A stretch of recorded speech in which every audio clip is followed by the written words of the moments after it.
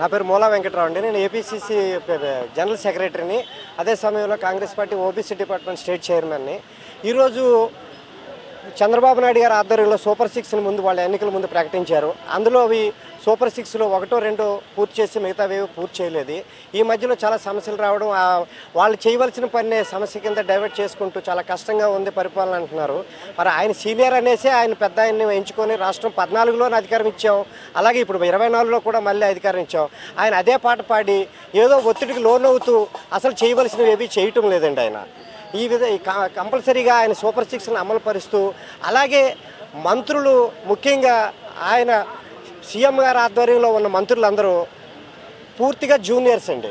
వాళ్ళకి పూర్తిగా అనుభవం తక్కువగా ఉందండి. వాళ్ళు ఏమి మాట్లాడాలి కూడా కనీసం ఆ మంత్రివర్గానికి సీఎం గారే అన్నీ మాట్లాడతారు తప్ప ఏ రోజు కన్సర్న్ సెక్షన్ మంత్రి గారు మాట్లాడలేదండి. ఆ మంత్రి గారు వచ్చి మాట్లాడి దాని తాలూకా సమస్యలు అన్నీ చెప్తే బాగుంటుందండి. ప్రతిదీ సీఎం గారు అన్నీ ముందేసుకొని చేసుకుంటే ఆయనకి ఇంకా ఎక్కువ స్ట్రెయిన్ అయిపోయి అసలు చేయవలసిన పనే చేయలేకపోతున్నారండి. సో సీఎం గారు ఏం చేస్తారంటే ప్రతి మినిస్ట్రీకి ఒక special IAS officer, senior IAS officer recruit చేసి ఆ శాఖ బాగా ఉండేటట్టు, ఆ శాఖలో ఏదైనా లోతుపాట్లు ఉంటే అన్నీ ఆయన దృష్టిలో పెట్టి ఇమీడియట్లీ జరిగేటట్టు చూడాలండి. అలాగే డిప్యూటీ సీఎం గారు కూడా ఒక వర్గానికే పరిమితం కాకుండా మనది సెక్యులర్ దేశం అండి, సెక్యులర్ దేశంగా ఉండాలండి. ఆయన ఆ విధంగా ఉంటే అందరికీ ఆంధ్రప్రదేశ్లో ఆయన అంటే చాలా పెద్ద గౌరవం, అభిమానం అందరికీ ఉన్నాయి. అలాగే ఆయన ప్రతి దగ్గరికి ఎక్కడికైనా వెళ్ళాలంటే అభిమానులు నన్ను ఒత్తిడి తట్టుకోలేకపోతున్నాను అంటారు. అభిమానులు ఒకప్పుడు మీరు హీరో గారు, కానీ అభిమానులు ఒత్తిడి తట్టుకోవడం ఏముండదండి. అభిమానులు ఇంకా మీరు బయటకు వస్తే ఇంకా సేవ చేస్తారు అభిమానులు అందరూ. మీరు రండి, మీరు బయటకు వచ్చి ఏదైనా సమస్య, మొన్నలుగా విశాఖపట్నం ఎసెన్షియల్స్ దానికి కూడా మీరు రాలేకపోయారు, అలాగే వరదలకు కూడా రాలేదు. మీరు వస్తే ఇంకా బలంగా మంచి సర్వీస్ జరుగుతుంది. మీరు అంటే అంత అభిమానం ప్రజలకి, మీ అభిమానులకు కూడా. సో ఇక నుండి మీరు ఏదైనా చిన్న జరగగానే వెంటనే మీరు ముందు ఉండాలి. మీరు మామూలుగా ఒక డిప్యూటీ చీఫ్ మినిస్టర్గా కాదు, ఒక పార్టీకి అధినేత కూడా. దయచేసి మీరు అందరూ రాష్ట్ర మంత్రివర్గం అంతా సూపర్ సిక్స్ని అమల్లో వెంటనే బాగా బాధ్యత తీసుకొని వెంటనే ఒక 100 రోజుల్లో, మరొక 100 రోజులు టైం ఇస్తున్నాం, 100 రోజుల్లో అమలు చేయాలని వినయపూర్వకంగా రాష్ట్ర కాంగ్రెస్ పార్టీ తరఫున కోరుకుంటున్నాను. ధన్యవాదాలు. థ్యాంక్ యూ అండి.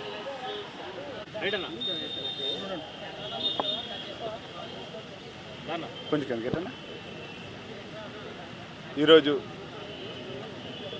పిసిసి అధ్యక్షురాలు ఆంధ్రప్రదేశ్ షర్మిలా గారి నేతృత్వంలో ఈరోజు ఆంధ్ర రాష్ట్రం మొత్తం కూడా ఈరోజు కూటమి ప్రభుత్వం 100 రోజులు గడిచిన సందర్భంగా వాళ్ళు ఎన్నో సంబరాలు చేసుకుంటున్నారు. కూటమి ప్రభుత్వం ప్రజలకి చేసిన సేవలు కూడా, ప్రజలకి ఇచ్చిన హామీని వదిలేసి ప్రజలకు చేసిన సేవల్ని వాళ్ళు ప్రభుత్వంలో గొప్పగా చేసుకున్నట్టు సంబరాలు చేసుకుంటున్నారు. ఈరోజు కూటమి ప్రభుత్వం మా షర్మిలమ్మ గారి నేతృత్వంలో ఆంధ్ర రాష్ట్రం మొత్తం ఉన్న కూటమి ప్రభుత్వాన్ని నిద్ర లేపడానికి తాళీ బజావ్ అనే కార్యక్రమం కాంగ్రెస్ పార్టీ నిర్వహించడం జరుగుతుంది. ఎందుకు ఈ కార్యక్రమాన్ని నిర్వహిస్తున్నామంటే ఈరోజు వాళ్ళు సూపర్ 6 అనే మేనిఫెస్టో తీసుకొచ్చారు. అవి గాలికి వదిలేసి ఏదైతే ప్రజలకి చేయవలసిన సేవలు ఉన్నాయో వాళ్ళు సక్సెస్గా సంబరాలు చేసుకుంటున్నారు.